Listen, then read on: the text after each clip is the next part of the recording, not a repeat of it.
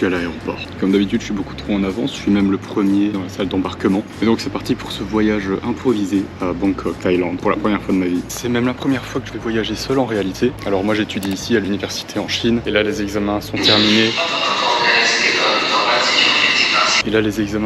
Depuis une semaine. Du coup, tous les étudiants internationaux sont rentrés chez eux, tous les Chinois aussi rentrent chez eux pendant 2 semaines. Donc pour ne pas m'ennuyer, vu que je reste plus longtemps, il y a pile 7 jours, j'ai décidé de prendre un vol pour Bangkok. Et je reste 3 jours, ce voyage est totalement improvisé, j'ai même pas encore regardé ce que je peux faire à Bangkok. Donc voilà, pure impro, comme c'est souvent le cas dans mes vidéos. Et oui, j'ai un pull, parfois il fait froid à Macao. Et l'aéroport est complètement désert pour l'instant.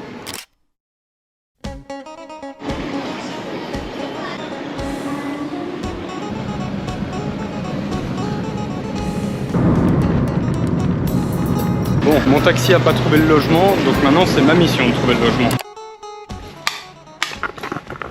J'ai trouvé l'hôtel. Ça n'a pas été simple, il était vraiment dans une rue paumée pour le coup, toute petite rue. Mais je suis arrivé, bon je vais pas rester ici très longtemps, surtout qu'il n'y a rien. Si vous voulez un très rapide tour de la chambre d'hôtel.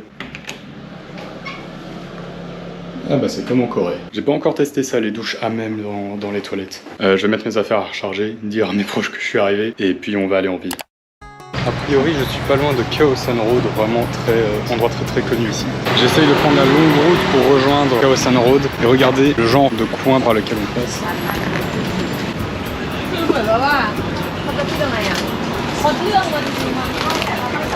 J'ai l'impression que c'est ça absolument partout, que de la nourriture. Et tout est à... Ça c'était une hauteur de shit, et pratiquement tout est à moins de 1,50 €. Alors faut être serein pour manger dans toutes les échoppes comme je vous ai montré, parce que c'est vrai que hygiéniquement ça donne pas trop envie. Mais écoutez, les retours que j'ai entendus, ça fait peur, mais on n'a jamais eu de problème. Donc j'ai pas envie d'avoir peur de goûter. Donc on va se faire plaisir. Et dès que je prends un truc, je vous montre. Je pense être arrivé à Khao San Road. À part les vendeurs, il n'y a pratiquement que des étrangers. En tout cas, c'est sûr que quand on compare avec la Chine où j'étais ces derniers temps, du coup, ça fait une très grosse différence. Mais voilà Khao San Road de jour, et c'est le soir que c'est le plus intéressant. Mais ça, ce sera pour un autre soir, parce que ce soir, il faut que je dorme tôt.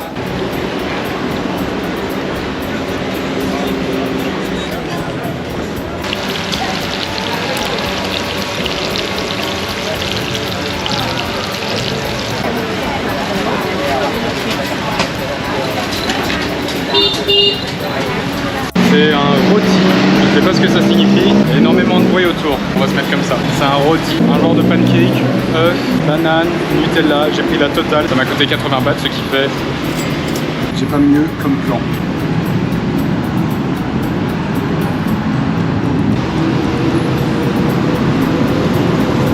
Faut aimer la banane cuite, mais c'est très bon. Premier plat validé. Des photos, enfin des portraits du roi, quelques-uns de celles que je suppose être la reine, vraiment partout dans Bangkok.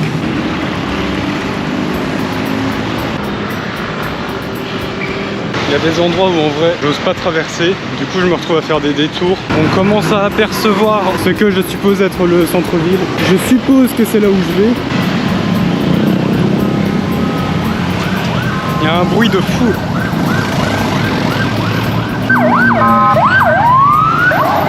J'ai jamais entendu un tel bruit et de façon aussi constante. Pink Milk, je crois que c'est ça le nom. C'est pas mal si vous aimez ce qui est très sucré. J'ai fait un tout petit tour des malls, mais c'est pas mon truc en fait, les centres commerciaux. Donc je pense que je vais essayer de rentrer à mon hôtel, peut-être plutôt en taxi qu'à pied, parce que j'ai plus beaucoup de batterie, et que se retrouver bloqué 1 heure à pied de son hôtel sans savoir comment y rentrer sans batterie, bon...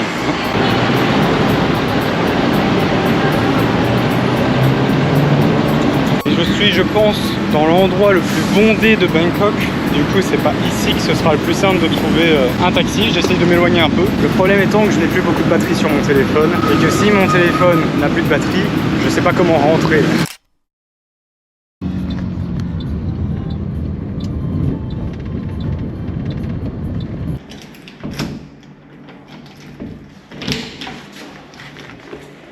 Je suis mort de chaud. Nouvelle journée qui commence, j'ai pris ma petite boisson fruit de la passion. C'est giga sucré, genre vraiment. J'ai pas pris ça dans un magasin, j'ai pris ça dans un stand sur le coin de la rue. D'ailleurs maintenant c'est l'heure de chercher quelque chose à manger. Du coup je suis retourné à Khao San Road, mais je crois que pour le petit déj, je vais reprendre le même truc qu'hier, avec un autre goût. Et j'ai besoin de reprendre ça. Je suis pas trop sûr de ce qu'elle a mis dedans. Je crois que dedans il y a des bananes. Je crois que le truc jaune c'est de la vanille. Et je crois qu'elle a rajouté un genre de lait concentré dessus là. Ces trucs. Un peu énergisant là, ultra sucré. Elle a mis beaucoup plus de bananes que celle d'hier en tout cas. Hier c'était bon, mais aujourd'hui c'est incroyable. Je suis un très grand fan de bananes et de vanille, donc absolument incroyable. Alors évidemment c'est ultra sucré, ultra huileux comme vous pouvez voir. C'est conservé à l'extérieur par 35 degrés. Donc bon, pas que ça vous dérange quoi. J'ai vu des sushis à vendre exposés en extérieur par 35 degrés. Donc là par contre je tenterai pas. J'ai commandé des spring rolls. Enfin, j'ai acheté des spring rolls. Bon, ça ressemble pas du tout à l'image, mais je m'y attendais. Hein. Je m'attendais pas à recevoir une assiette avec de la salade et des tomates. C'est l'heure du test. En vrai, les rouleaux de printemps sont pas incroyables.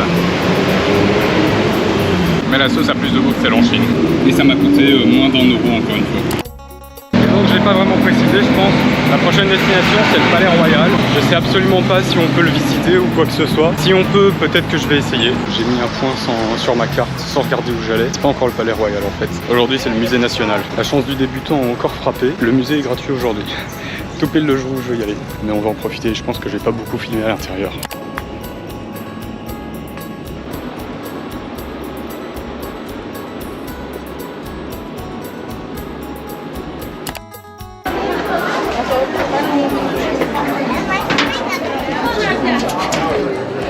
Ici, on doit tous retirer nos chaussures. Maintenant, je suis au Palais Royal. Temple dans le Palais Royal.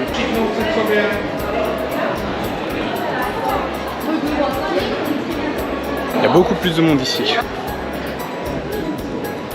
C'était bien un temple, comme je pensais. On n'avait pas le droit de filmer à l'intérieur. J'ai un tout petit peu filmé avant de m'en rendre compte. Mais du coup, je vais pas vous mettre les images. Ça aurait pas de sens. Et donc voilà, si vous voulez venir dans ce que vous venez de voir, c'est le temple du Bouddha émeraude. Et je suppose que cette fois, c'est bien le Palais Royal. Je viens de sortir du Palais Royal et honnêtement, je sais pas si je vous le recommande. Je sais pas si j'ai raté quelque chose dans la visite, mais déjà, il n'y avait pas d'intérieur. Je m'attendais à avoir une partie musée, mais il n'y avait pas d'intérieur. Surtout, c'est 500 bahts, donc ça fait 12 euros, on va dire. Donc bon, si vous voulez le voir, vous pouvez. Ça sera le truc le plus cher que vous ferez dans Bangkok, de toute façon. Donc techniquement, même si c'est cher, bah ça va, parce que vous dépenserez pas beaucoup d'argent dans les autres trucs. Mais par contre, je l'ai pas dit, je crois, mais le musée national, je vous le recommande. C'est beaucoup plus long, intéressant, grand, et ça coûte 200 bahts. Sauf si vous tombez un jour où c'est gratuit, comme moi. Là, la statue est derrière moi. Vous pouvez voir les orteils. Et en fait, c'est très dur d'avoir une belle photo parce que il y a des piliers tout du long de la statue. Par contre, elle est vraiment gigantesque. C'est la plus grande statue du monde faite à base d'or. Je vous mettrai sa longueur juste à côté. Et son poids, surtout, son poids en or. Les chefs d'État et autres personnalités importantes qui ont visité cet endroit-ci représentent le roi, la reine. Je suis belge, j'ai pas encore les papiers français.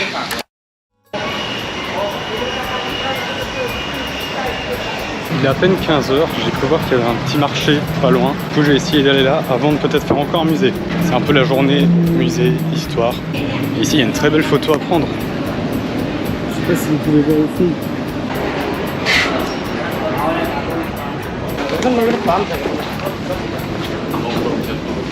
Ça me calera pas, mais ça fait plaisir. Marché, je sais pas s'il fonctionnait vraiment. En tout cas, c'est très petit et très peu de bouffe surtout.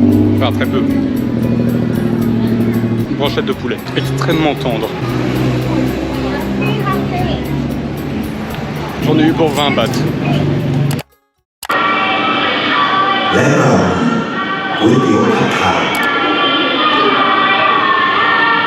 J'en ai définitivement fini avec les musées. Par contre, j'ai fini mon programme de la journée beaucoup plus tôt que j'avais prévu. Donc je vais juste marcher un petit peu. Il y a un truc que je comptais faire demain, je vais le faire aujourd'hui. C'est que je vais marcher un peu jusque Chinatown pour me sentir à la maison.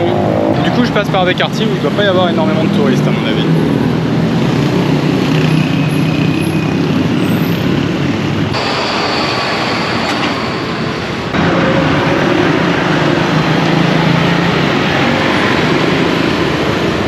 Je pense que je suis arrivé.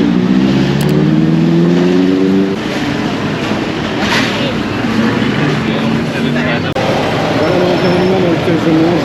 Je présente les pork buns. Et bah déjà c'est dur, je ne m'y attendais pas. Et je sais pas pourquoi il y a ce genre de tartine en dessous.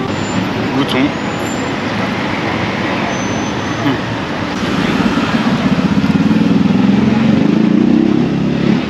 Alors c'est bon, ça doit être assez bourratif vu que c'est plein de pâtes et de pain. Par contre je comprends pas où est le porc. Là, je ne vois pas de porc. Je pensais que c'était une genre de boulette de viande, moi. Mais c'est bon, moins d'1 euro encore.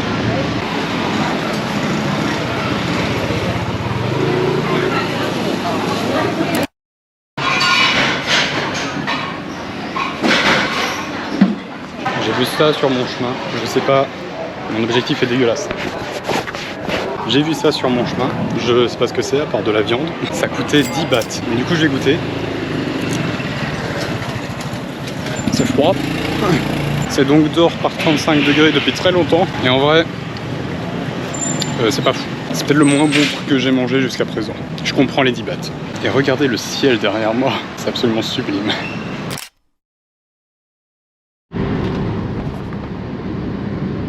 Il me reste juste à faire mon journal et ma skincare, et puis dodo.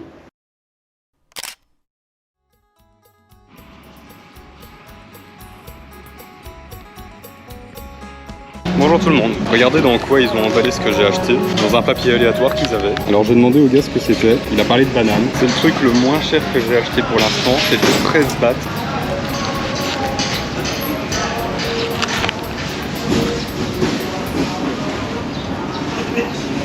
Les gars, j'ai le problème le plus typique du touriste, c'est que j'ai aucune idée de comment ça se mange. J'arrive pas à l'ouvrir et j'arrive pas à mordre dedans tellement la feuille est dure. Du coup c'est un fail. J'ai demandé à une amie et j'en rachèterai un autre si elle me répond, mais je peux pas attendre sa réponse avec ça en main. Voilà le vrai petit déjeuner. Pas de taille, poulet, et regardez la quantité pour 1 euro. Il y a juste pas moyen de se plaindre là. Enfin, attendez, on va voir le goût.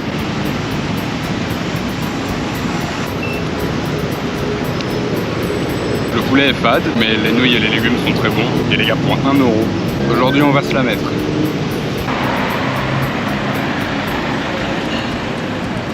Petit smoothie banane, 50 bahts. Du coup, il y a 2 bananes dedans. Maintenant, je me dirige vers un quartier voisin qui est aussi réputé pour sa street food, juste à côté. Peut-être que c'est un endroit qui fonctionne le soir. Et comment c'est calme à cette heure-ci. Finalement, j'ai trouvé la bonne allée. Les boutiques sont bel et bien ouvertes. C'est en effet beaucoup plus calme que Khaosan Road. Mais il y a beaucoup moins de nourriture aussi. Et la nourriture qu'il y a, c'est pas de la street food. Ça va plutôt être des bars avec une petite terrasse. Donc si ça vous intéresse, je vous mettrai le nom du quartier de toute façon. C'est vraiment juste à côté de Khaosan Road. Si vous vous trompez pas de route comme moi j'ai fait, vous trouverez plus vite. J'ai quand même trouvé quelque chose d'intéressant à manger dans le seul stand de street food qu'il y avait. Le mango sticky rice, le dessert thaïlandais dont j'entends à chaque fois parler. Enfin, je sais même pas si c'est vraiment un dessert. La seule fois que j'en ai goûté, c'était en tant que dessert en tout cas. Donc j'étais obligé de prendre. C'est l'heure de goûter. Du coup, si vous connaissez pas, je crois que c'est juste du riz gluant, de la mangue, et je crois que c'est du jus de coco ou du lait de coco qu'il y a par-dessus. Donc c'est l'heure de la dégustation. Je commence par le riz. Alors faut aimer la coco, moi je n'aime pas la coco, mais en général ça va parce que c'est chaud, mais là il est plus très chaud, donc la mangue, elle est bonne. Et ça m'a coûté 50 bahts. Comment j'aurais pu expérimenter la Thaïlande de A à Z Bangkok si j'avais même pas utilisé le tuk-tuk pour ma casquette. Moi j'aime bien.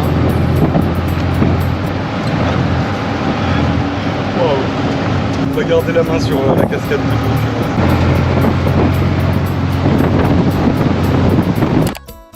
Bienvenue au Golden Mount où on peut avoir normalement une très bonne vue sur Bangkok. J'ai essayé de voir c'est combien le prix du ticket.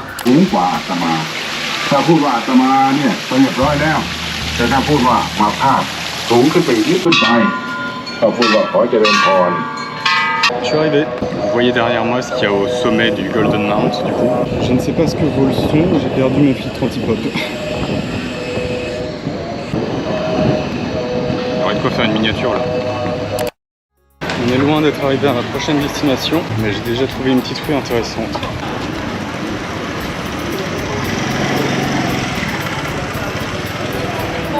Je me suis vraiment perdu ici. Il n'y a pas un touriste, mais il n'y a pas non plus grand chose d'intéressant à manger ou à acheter. J'ai vraiment pas l'habitude d'acheter des trucs quand je voyage. Juste du miam miam, c'est bon. J'ai pas réussi à le filmer, mais je m'attendais pas à ce qu'on me dise que pour continuer ma traversée dans le quartier, je devais traverser un chemin de fer. Par contre, je suis vraiment perdu et je suis pas sûr d'être dans les meilleurs quartiers parce qu'il y a vraiment aucun étranger. Rien n'est écrit en anglais, même dans la street food. Et il y a quelqu'un qui me dit de partir. Donc, j'essaye de sortir depuis ce moment-là. Et j'essaye de pas trop sortir ma caméra non plus. Un brown sugar bubble milk tea.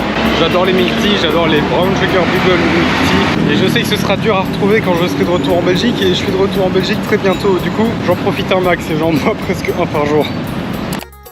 Je suis en direction de la dernière destination que je voulais visiter avant de partir de Bangkok tout simplement. Et il y a un SDF qui m'est tombé dessus. Pendant 10-15 minutes, il arrêtait pas de me demander de l'argent, de me suivre pendant 10-15 minutes. Alors je lui ai donné un petit peu. Et il continuait de demander plus, de me suivre et tout. Bah, c'est la première fois que ça m'arrive à ce point-là, j'ai envie de dire. Du coup, mon seul conseil, c'est de pas hésiter à être rude avec les gens. C'est un peu égoïste, mais comme je lui ai dit, j'aurais pu t'ignorer, je l'ai pas fait. Je t'ai donné de l'argent, maintenant je m'en vais. Il a quand même accepté à ce moment-là, mais le mec était prêt à prendre le taxi avec moi, aller dans le parc avec moi. Donc bon, c'est évident que ça pouvait arriver ici, ça peut arriver partout, mais comme ça, vous savez. Quelque chose d'un peu plus paisible, même si on n'est pas loin du centre, du coup on entend toujours tout le boucan de la ville. Le parc Lumpini, je pense que c'est ça le nom. Je suis de retour dans ma chambre d'hôtel. J'avais un petit coup de mou et besoin de recharger les batteries au sens littéral, hein, les batteries de mon téléphone.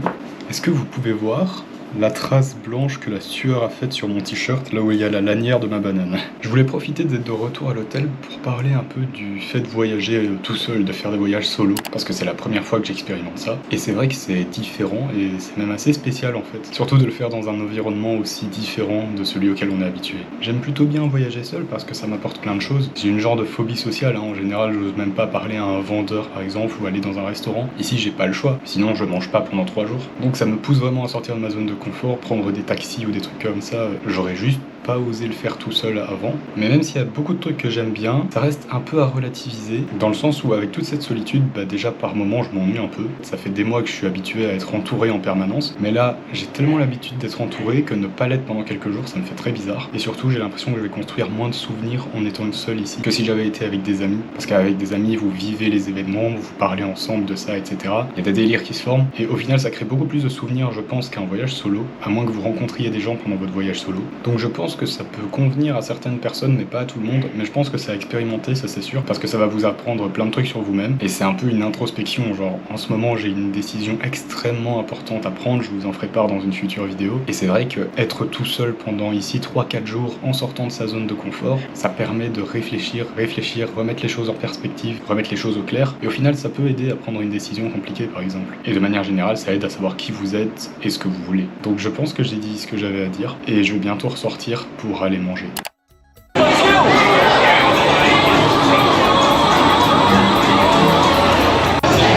J'ai commandé du curry rouge en étant en Thaïlande, je crois que je voulais vraiment mourir. Et pour le dernier jour, fallait bien essayer du piquant, j'en ai pas eu ne serait-ce qu'un petit peu depuis que je suis ici.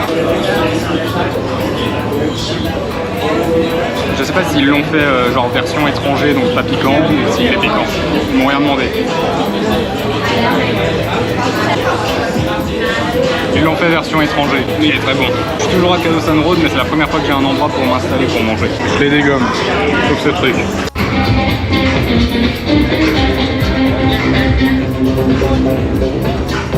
Oui, ça a l'air d'être un croco.